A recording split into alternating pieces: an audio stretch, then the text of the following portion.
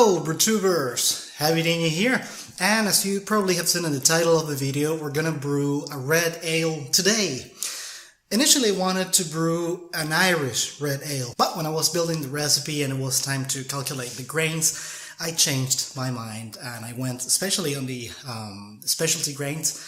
I added some more of them, which changed the recipe from an Irish red, which is a light in color and also light in aroma and taste, refreshing beer, to a Ruby red ale, which is more intense in terms of flavor, aroma, and of course that has an impact in the color, which is darker.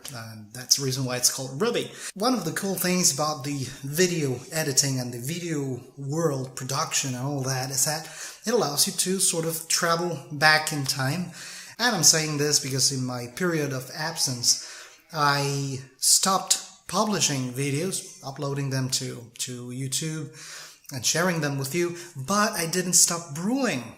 And when I was brewing, I was also recording. So it just takes a lot of time for me to edit the videos and put them together in a nice format and then publish them. So all of this to say that I've got a lot of material. Not a lot, but I got some material. And this is one of them. So we're going to travel back to the old house. We're going to brew that and we're going to come back. That's one of the good news. The other good news is that since this was brewed so long ago, it has been obviously already bottled and more than well conditioned. So we will have the taste test next week. The second cool thing, in my opinion, about this video is that since YouTube forbid me from monetizing my videos, as was the case of some other BrewTubers, now I can give you some more of my personal life in my videos. And one of the things that I really love doing when I brew is I listen to music. I listen to my favorite music when I'm brewing.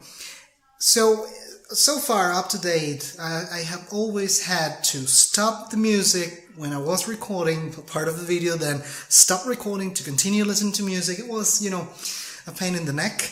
But now I just don't have to do that anymore, and I tried for the first time. I don't know if it's going to be, interesting or cool actually, but now I just left the music playing during the whole brewing day. It's short, but it gives you some, perspective and some insight as to what is my favorite music. So I hope you like it. It's not very, it's not very audible, but at least you would be able to figure out what I was listening to. And in case you don't worry. In the video I tell you exactly what I'm listening to each time. So I hope you like it. With that being said, and without further ado, let's go back in time and let's start brewing.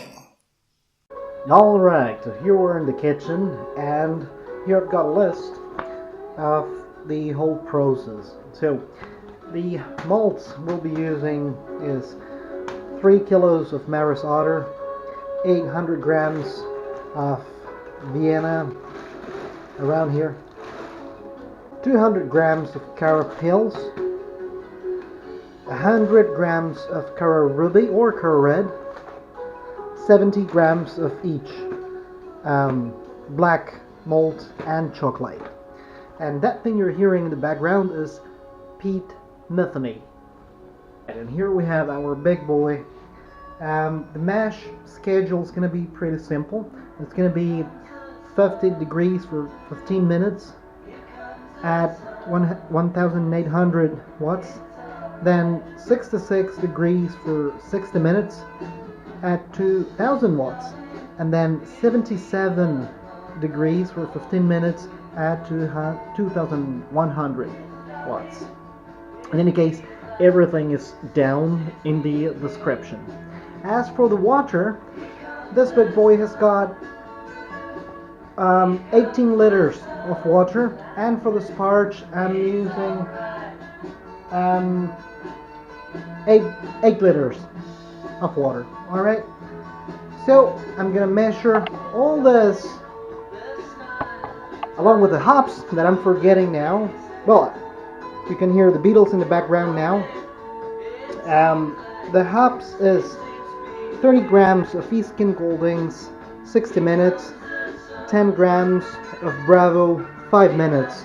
And as for the yeast, I'll be using this, which is the slurry of the espresso vanilla stout. Last batch of espresso vanilla stout I brewed some months ago. So this is going to be the experimental part of this brew. This is an M36 Mangrove Jacks Liberty Bell yeast in any case, but this is what I'll be using for this brew. I'll be back. Cheers.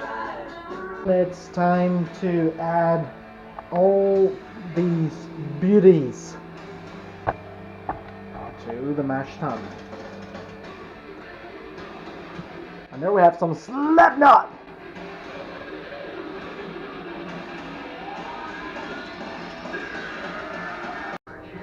Alright, the first phase of the mash has already been successfully completed.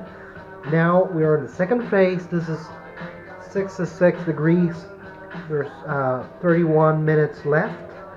And look at that color. Isn't that beautiful? It's intense red, like a ruby red, to the point that I'm doubting if this will fit in the style.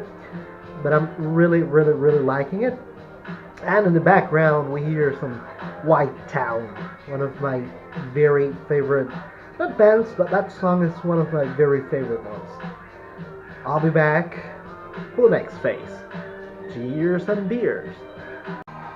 And in the meantime, I'm having a very nice pint of Green Gecko. This is, well, not the actual Green Gecko, but the one I brewed from the kit. Very nice beer. And in the background, 311. Cheers and beers.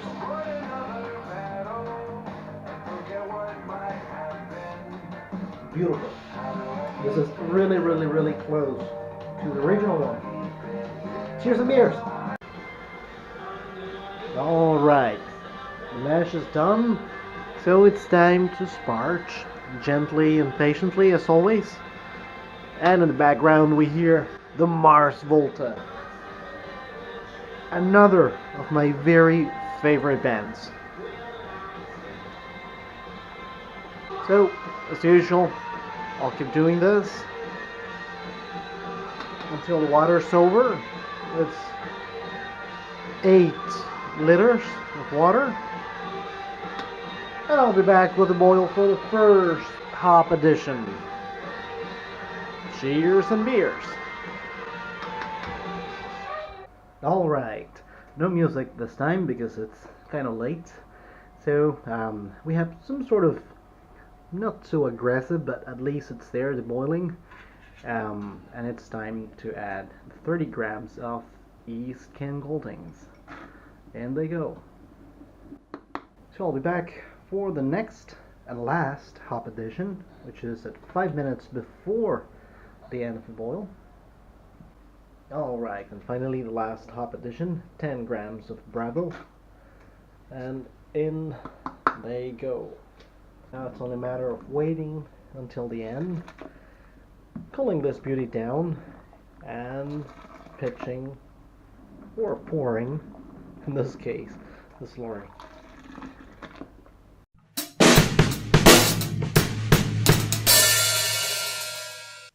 And that was the end of the brewing day.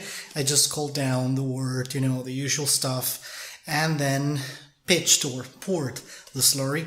That was the not only the experimental part of the brew, that was also something that I was really looking forward, because as you know, one of the favorite beers I've brewed and published on this channel is the Espresso Vanilla Stout. I lost count of how many times I've brewed it, rebrewed it, but it's gonna be like 5 or 6. And it's always good during winter or summer. It's always good.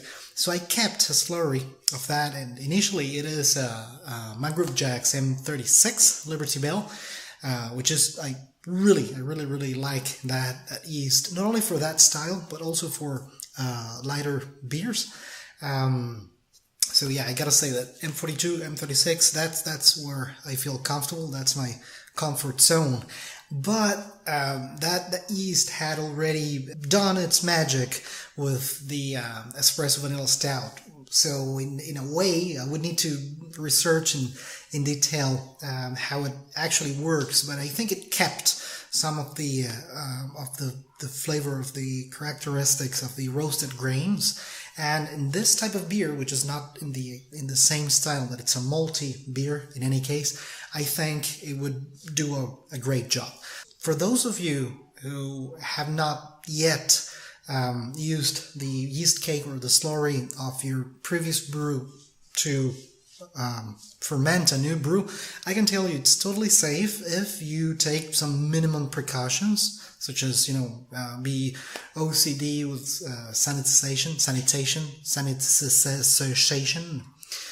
spray a lot of star sun, and you'll be safe. There are a lot of, you can use a mason jar, or you can use a regular jar or you get legumes in the supermarket. That's what I use. I just clean it very well and then spray a lot of star san.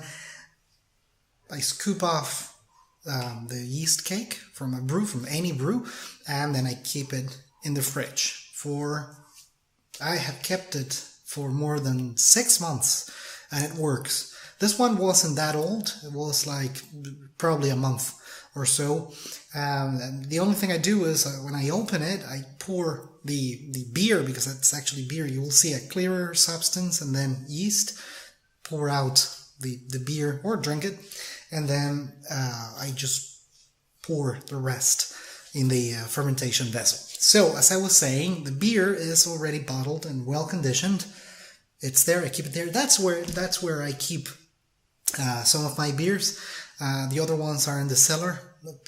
Probably should be a good idea to keep them all in the cellar, but hey, I have there the red ale, Ruby Red Ale, and I'll be releasing the taste test next week.